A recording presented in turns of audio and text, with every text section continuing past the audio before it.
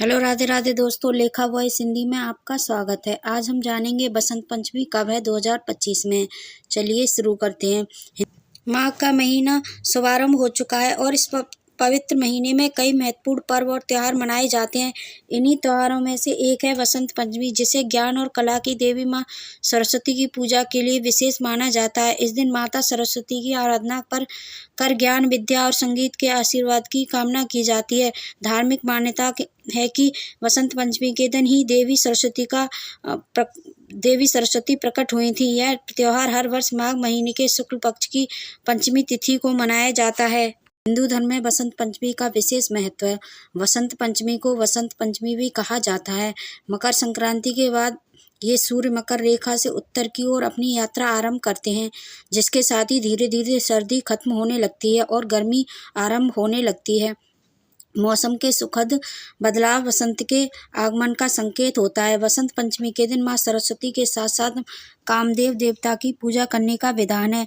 इस दिन तिथि को 2 दिन होने के कारण तिथि को लेकर असमंजस की स्थिति बनी हुई है। आइए जानते हैं बसंत पंचमी की सही तिथि, मुहूर्त, सरस्वती पूजन का समय, मंत्र और पौराणिक कथा। कब है बसंत पंचमी? वैदिक पंचांग के अनुसार माघ के शुक्ल पक्ष की पंचमी तिथि 2 फरवरी को सुबह 11:54 से आरंभ हो रही है, जो अगले दिन यानी 3 फरवरी को सुबह 9:36 पर समाप्त होगी। उदया तिथि के हिसाब से पंचम बसंत पंचमी का त्यौहार 3 फरवरी 2025 को मनाया जाएगा। बसंत पंचमी 2025 सरस्वती पूजन का समय। बसंत पंचमी के दिन सरस्वती पूजा का विधान है। इस दिन आप सुबह 7:10 से लेकर 9:30 तक के बीच माँ सरस्वती की पूजा कर सकते हैं। बसंत पंचमी पर हुई थी माँ सरस्वती का जन्म। बसंत पंचमी के बारे में पौराणिक मान्यता है कि इस दिन ब्रह्मा जी ने सरस्वती की रचना की थी, क्योंकि ऐसी मान्यता है कि सृष्टि के आरंभ काल में प्राणियों में स्वर बोलने की क्षमता नहीं थी।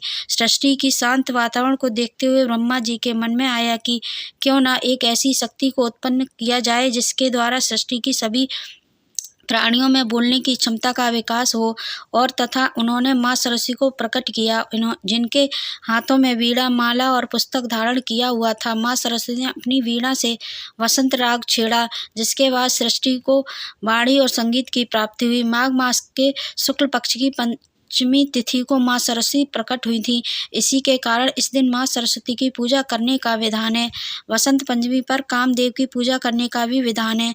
पौराणिक कथा के अनुसार एक बार भगवान शिव कठोर तपस्या में थे, वहीं दूसरी ओर तारकासुर नाम का राक्षस संसार में उत्पात मचा रहा था, क्योंकि वरदान प्राप्त था कि केवल शिव का पुत्र ही उसके जीवन का अंत कर सकेगा। लेकिन माँ सती के अग्नि में समा जाने के बाद किसी को इस बात का अंदाजा नहीं था कि वह दोबारा विवाह करें।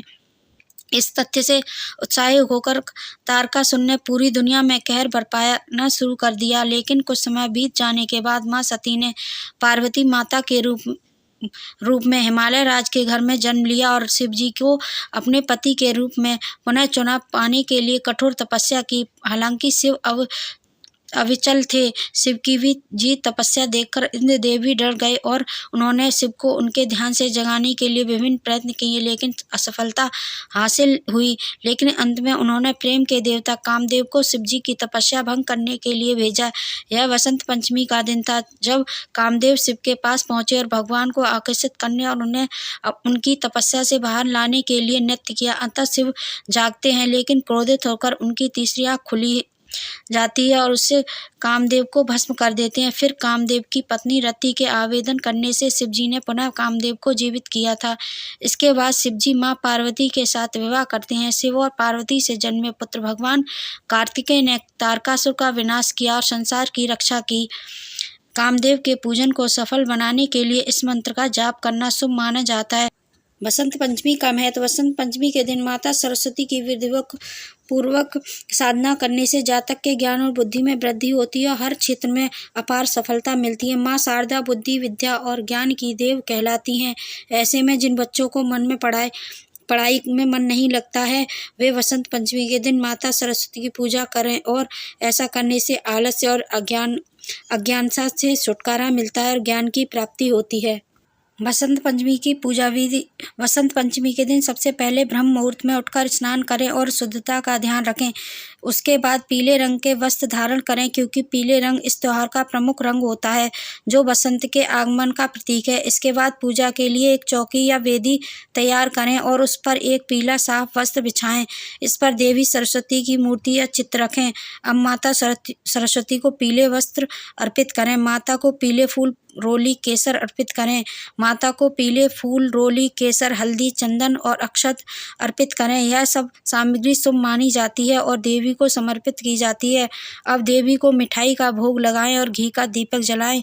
इसके बाद देवी सरस्वती के मंत्रों का जाप करना चाहिए। मंत्र जाप के बाद हाथों में दीपक लेकर देवी की आरती करें। आरती के बाद प्रसाद को भक्तों में बांटें। बसंत पंचमी की पूजा विधि विधान से करें, लेकिन इसे पूरी श्रद्धा और भक्ति के साथ करनी चाहिए।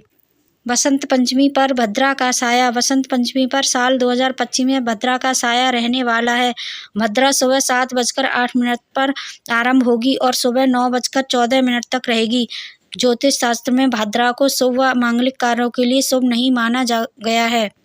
वसंत पंचमी का दिन शिक्षा आरंभ करने के लिए शुभ। कुछ जगह पर वसंत पंचमी के दिन शिशुओं को पहला अक्षर सिखाया जाता है। बसंत पंचमी का दिन विद्या आरंभ के लिए अत्यंत शुभ माना जाता है। इसलिए कई जगहों पर माता पिता बच्चों को माता सरस्वती के आशीर्वाद के साथ विद्या आरंभ कराते हैं। विद्या अध्ययन की शुरुआत इस दिन माँ सरस्वती के साथ ही भगवान गणेश, लक्ष्मी, नवग्रह, पुस्तक, लेखनी व वाग् यंत्रों की पूजा होती है।